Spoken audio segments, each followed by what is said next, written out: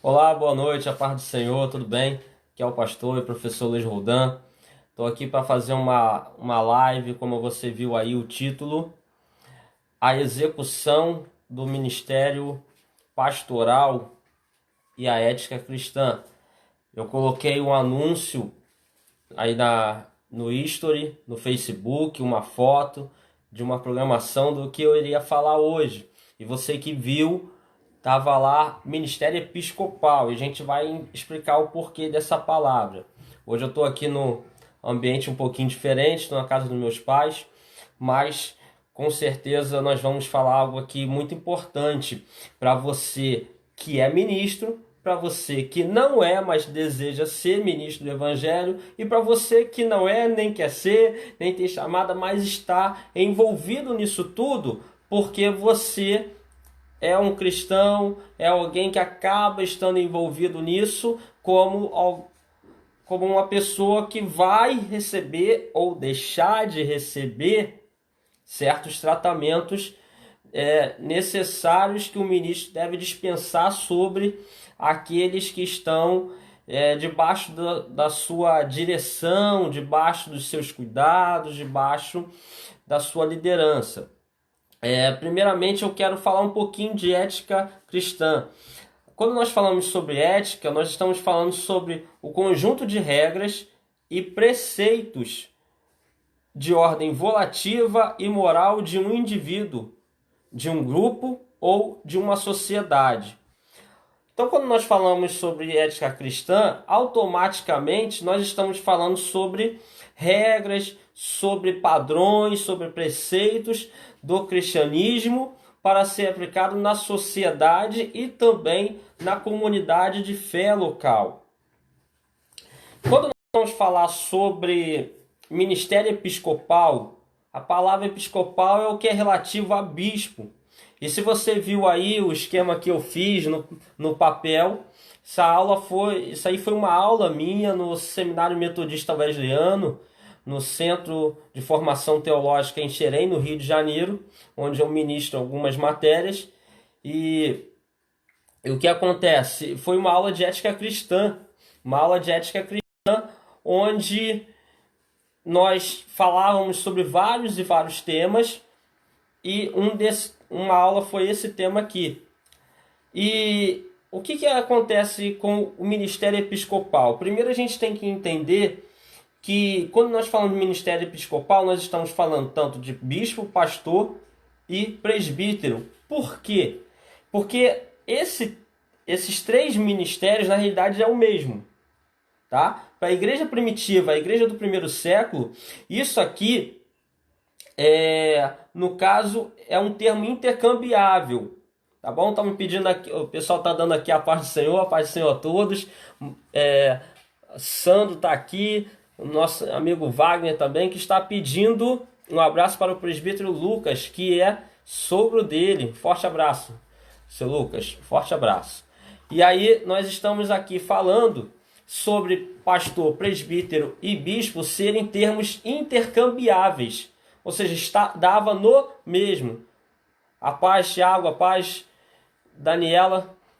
O que acontece? Tanto que a palavra episcoporos é a mesma palavra usada para bispo e para presbítero. Na igreja primitiva, até onde eu percebi até agora, em dados históricos, a palavra menos usada era pastor. Mas, quando nós falamos de bispo, presbítero e pastor, para a igreja primitiva, para a etimologia da palavra, nós estamos falando da mesma coisa, tá? Eu sei que algumas denominações, na verdade a maioria, traz uma diferença entre isso. Explicar, mas a gente ia para a história da igreja, a gente ia falar muita coisa aqui, e em vez de uma live, a gente ia ter que fazer umas três, ou então fazer uma live enorme. Mas vamos ao que nós queremos falar nessa noite. Nós queremos falar sobre a execução do ministério episcopal. Como que eu vou exercer o ministério episcopal de uma maneira ética? Quando nós falamos de uma maneira ética, nós estamos falando em cumprir tal serviço de uma forma correta, de uma forma do qual precisa ser.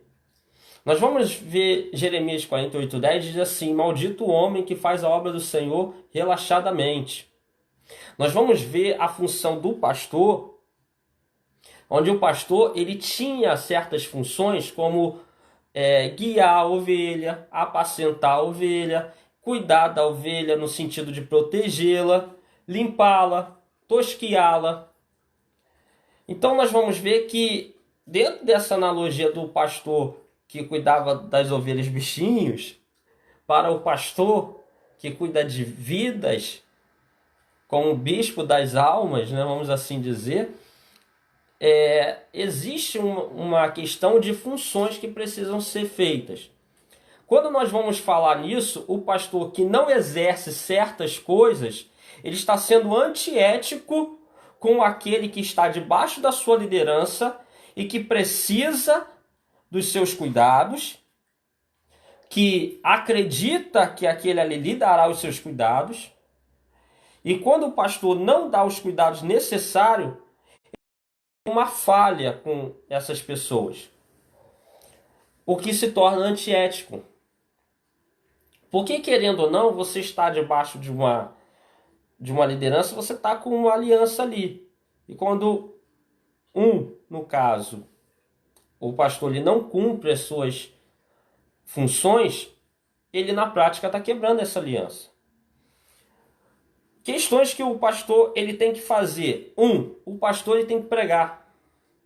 O pastor que não prega, o pastor que não ensina, o pastor que não vem exortando, edificando e consolando as pessoas que estão ali debaixo da sua liderança, um dos pilares do seu ministério. Por quê? Porque aquele pessoal ali precisa ser alimentado espiritualmente. E isso vem através da palavra. A palavra gera fé, a palavra gera salvação, a palavra gera confronto, a palavra gera santidade, a palavra gera firmeza, a palavra gera perseverança, a palavra gera crescimento, a palavra gera maturidade. Quando o pastor não prega, olha quantas coisas ele deixa de prover para aqueles que estão debaixo da sua liderança. Outra coisa, o pastor tem que ouvir. Eu já vejo gente que ele entra na igreja, acaba o culto, vai embora. Ele não dispensa uma atenção. Ele não tem horário para fazer o chamado gabinete, ou aquela hora de sentar, ouvir, poder entender o que as pessoas estão passando, seja uma sugestão, seja uma certa crítica, seja um pedido de aconselhamento, um desabafo. Às vezes a pessoa está ali vivendo tanta coisa na sua vida e quer alguém para conversar. Então, emprestar o ouvido faz parte do ministério pastoral. Outra coisa é orientar, porque também só ouviu e não falou nada, porque às vezes a pessoa quer um conselho. E o pastor, ele não é uma pessoa que nunca erra, ele não é uma pessoa que sabe tudo, mas ele tem uma responsabilidade de, dentro das suas capacitações, limitações humanas, tentar orientar essas pessoas.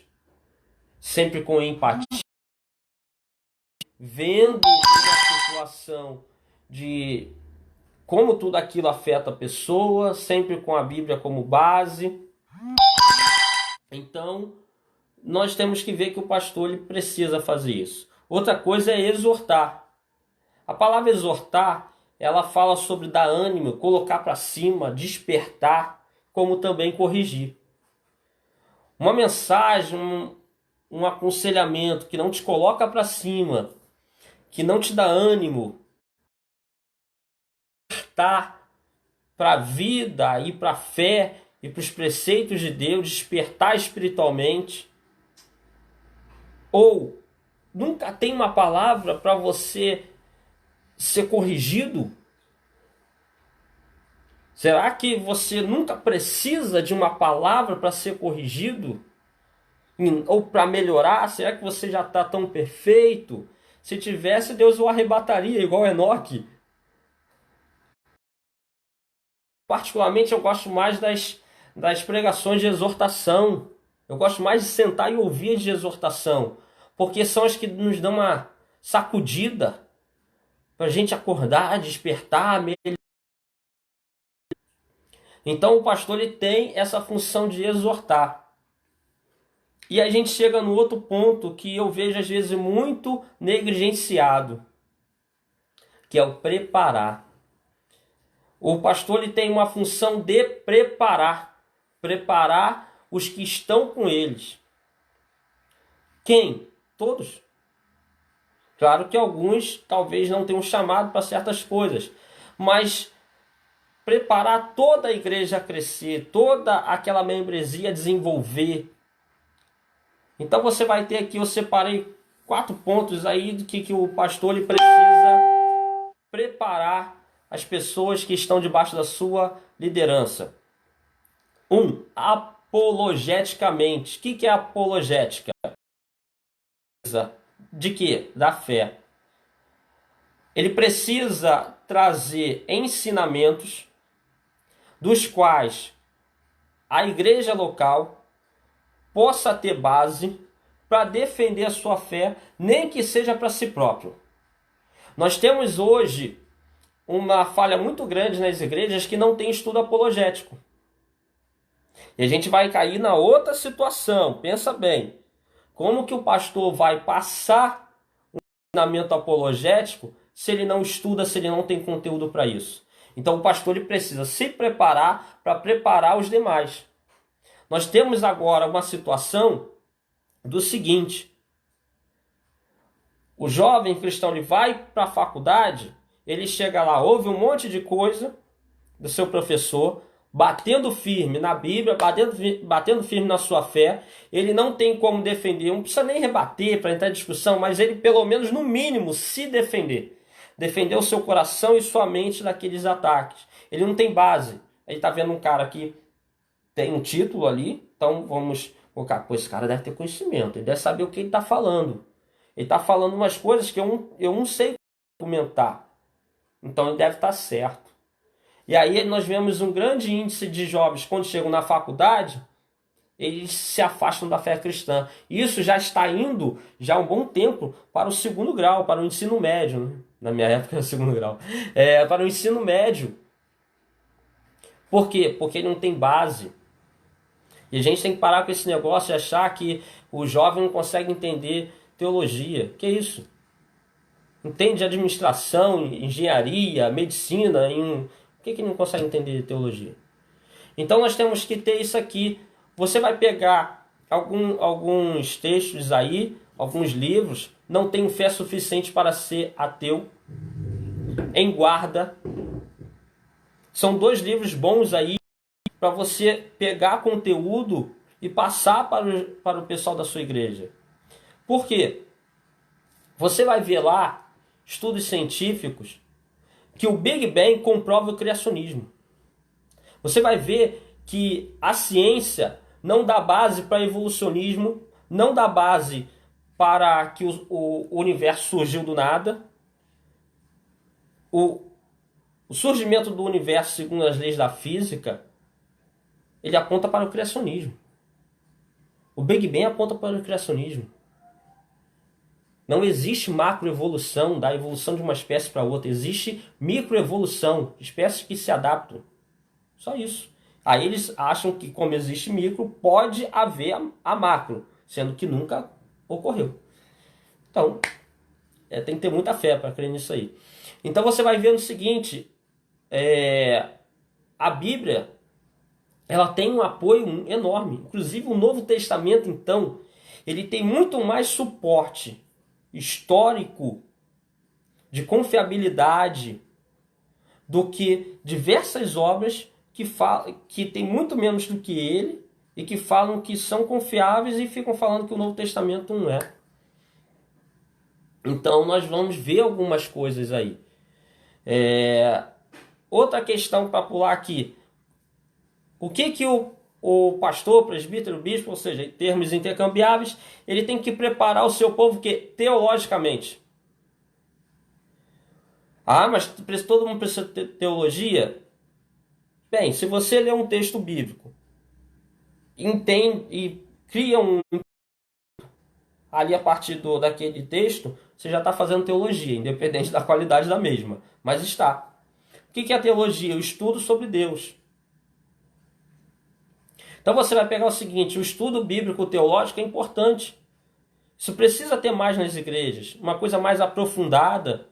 O povo gosta, se der, gosta. Às vezes o povo brasileiro não é muito de estudar, não é muito de ler, mas se a gente começar a dar isso a eles vão gostar, a maioria gosta. Quando eu dou aula por aí, às vezes o pessoal não tem muito desejo, mas quando ele começa a sentir o gostinho de aprender mais, conhecer mais, ele se empolga em se aprofundar.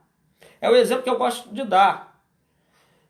Tem lá o achocolatado famoso. Aí você lança uma marca nova, ninguém conhece. Aí você coloca uma menina lá como funcionária sua no mercado em pé com a amostra grátis. As pessoas vão, bebem um pouquinho daquela amostra grátis e aí, gostando, vão comprar o seu achocolatado. A gente precisa dar isso um pouquinho na boca para as pessoas sentirem o gosto da teologia. E aí você vai ver cristãos que não conhecem nem o Cristo que eles dizem servir. Vão falar que Jesus passou a existir a partir do seu nascimento, narrado nos evangelhos. Se for isso, ele não é Deus, porque ele não é eterno. Não sabem sobre a pré-existência de Jesus, a encarnação. Então você vai chegar nessa situação, pastora Cláudia, nessa situação toda, que as pessoas precisam conhecer o Cristo que dizem servir. Elas precisam entender a sua condição humana, pecadora, sobre a graça, sobre a salvação somente pela graça, precisam entender do Espírito Santo. E talvez a gente teria a gente não teria tantos problemas nas igrejas como a gente tem hoje se o povo tivesse mais conhecimento. Até porque a Bíblia vai falar que o conhecimento de Deus melhora a maturidade cristã. Outra questão, precisa preparar o povo ministerialmente. A gente vai às vezes ver pessoas que podem ser preparadas e não são. Diz que o obreiro tem que manejar bem a palavra. A gente vê tantos obreiros de uma forma geral, obreiros, diáconos, presbíteros, evangelistas, pastores, que não sabem manejar a palavra, não sabem se expressar, não sabem se colocar, e não sabem como agir em algumas coisas. Claro, ninguém é perfeito, mas aquele que está debaixo da minha liderança, ele tem que ser preparado por mim, é minha responsabilidade. Se eu não preparo, preparar os outros dá trabalho, mas dá muito mais trabalho trabalhar com gente que não tem preparo. Então nós vamos chegar numa situação, como se prepara alguém? Ensino, prática, aconselhamento, tempo dispensado para ouvir, conversar, orientar essa pessoa. Então isso tudo é necessário. Nós vamos às vezes pegar pessoas que estão dentro de uma situação que a sua função é servir ceia e não sabe servir uma ceia. Tem pastor que nunca ministrou uma ceia, porque o outro quer ministrar toda a ceia dentro da igreja. Deixa o pastor auxiliar para ministrar um pouquinho, deixa ele treinar. Outra coisa, coloca o que ele tem que fazer? Ele tem que pregar? Coloque ele para pregar de vez em quando. Desenvolva ele na prática. Bom sobre liderança, preparo de liderança baseado na igreja primitiva, a Igreja dos Apóstolos. Carlos Alberto Araújo, editora CPAD, que livro. Ele faz uma análise histórica e exegética do preparo de liderança da igreja primitiva. Ele fala o seguinte, o apóstolo ele ia para um lugar, começava a pregar o evangelho, e aí ele formava ali uma igreja local. Dentro daquela comunidade de fé, pedia direção a Deus e via quem poderia ter aquele dom ministerial. Ele pegava esse sujeito, começava a ensinar, começava a preparar, botava ele para fazer algumas funções. Por exemplo, se era pastor, ele ia fazer algumas funções pastorais. Quando ele entendesse que aquele sujeito estava pronto, ele o colocava diante da igreja e falava assim: estou apresentando o irmão fulano ao ministério.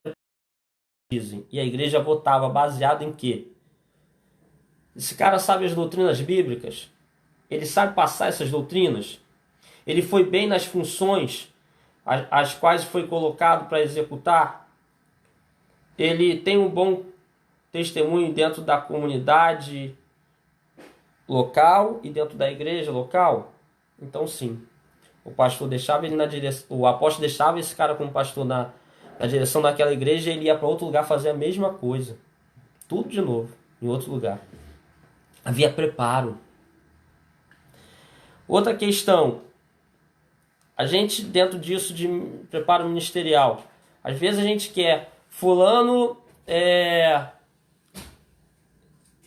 vai ser separado ao ministério tal, e a gente quer que primeiro ele seja separado ao ministério para depois ser preparado. Joga o sujeito no fogo. Não, primeiro está invertendo as coisas. Primeiro prepara, depois separa. É interessante que se você for numa empresa aí e tá lá vaga para administrador, chega lá sem a faculdade, sem um diploma, para tu ver se tu vai arrumar a vaga. Preparo. Depois você faz o estágio. Depois você assume a vaga. A gente quer fazer o contrário. Ah, você está guiando a igreja pela empresa. Não, estou guiando pela igreja primitiva. Era assim que era feito. Podemos dizer até que há um alinhamento entre as empresas e a igreja primitiva nesse quesito. Primeiro prepara, depois treina, depois dá a vaga. Então você vai chegar nisso. Outro ponto. Preparar espiritual e psicologicamente. Pai, Jaciara. Como assim? Você não pode preparar a sua igreja somente nas outras questões do conhecimento, mas se você não preparou eles espiritualmente. Você precisa preparar eles espiritualmente, fortificando tanto no ensino, mas também na oração, fortificando eles na perseverança. Fala, meu querido pastor Jardel, forte abraço. Precisa fortificar eles a entenderem que o cristão às vezes passa por momentos ruins e que isso não é motivo para largar o evangelho, que Jesus passou, que os apóstolos passaram, que é natural da vida. Fazer eles entenderem que eles vão passar por momentos muito bons, mas isso não é motivo para esquecer do Senhor que o abençoou. Então você precisa preparar o povo em maturidade espiritual e você precisa preparar eles psicologicamente. O ser humano tem seu lado psicológico. Então você vai chegar num ponto que às vezes você vai ver por que o povo está fraco. Não é nada físico. Eu preparei eles espiritualmente. Às vezes é a questão psicológica deles. Às vezes eles não tiveram um incentivo na vida. Às vezes eles não tiveram um tratamento familiar que lhe desse autoconfiança. Às vezes eles não tiveram a questão de eles se sentirem abraçados durante a sua caminhada de vida até então. Às vezes eles tiveram traumas no seu passado, no seu ministério, em outra igreja local, então da vida mesmo, uma questão sentimental, familiar deles. A gente não pode só tratar as outras áreas. Você vai pegar pessoas boas, mas que ele não é bem tratado em casa, então ele chega na igreja se sentindo meio retraído, para baixo, desvalorizado, não tem autoestima. Ou tem pessoas que têm um psicológico que ele acha que ele é o bambambam. Bam, bam.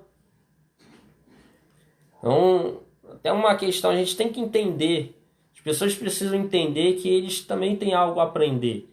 Isso faz parte do psicológico. Uma vez, algum aluno perguntou, aluna, não lembro, e falou assim: como é que você faz para ter conhecimento? Eu falei o seguinte: eu leio, eu ouço palestra, assisto alguns vídeos, quando eu leio, eu paro, formulo aquele pensamento, começo a conversar com alguém. Se não tiver ninguém para conversar, eu fico falando sozinho, para aquilo ficar na cabeça. E um parou assim: ué, você ainda assiste palestra? Eu falei: por que não? Tem muita gente que sabe mais que eu. E ninguém é tão sábio que não tenha nada a aprender, e nem tão tolo que não tenha nada a ensinar. Então, sentar para ouvir também é algo que nos faz crescer. Algumas pessoas precisam aprender a fazer isso. Então você vai chegar numa situação que o ministério episcopal, ele, para ser feito de uma maneira ética, o pastor ali tem que pregar, ouvir, orientar, exortar, preparar, e esse preparar é apologeticamente, teologicamente, ministerialmente e espiritual e psicologicamente também. Nós vamos ter outras situações sobre... Claro que vai entrar aí a sinceridade, claro que vai entrar aí a lealdade, vai entrar a integridade, o respeito dos liderados. Nós vamos ter toda essa questão. E uma coisa que eu estava dando aula outro dia sobre gestão e liderança, sobre mentoria, é que o pastor ele precisa saber que ele não é imortal. Nós estamos aqui, no meio dessa live. Ou você, que eu vou jogar esse vídeo no YouTube depois, ou você que vai estar assistindo no YouTube. Mas estamos aqui agora, mas e daqui a 2 minutos não sabemos.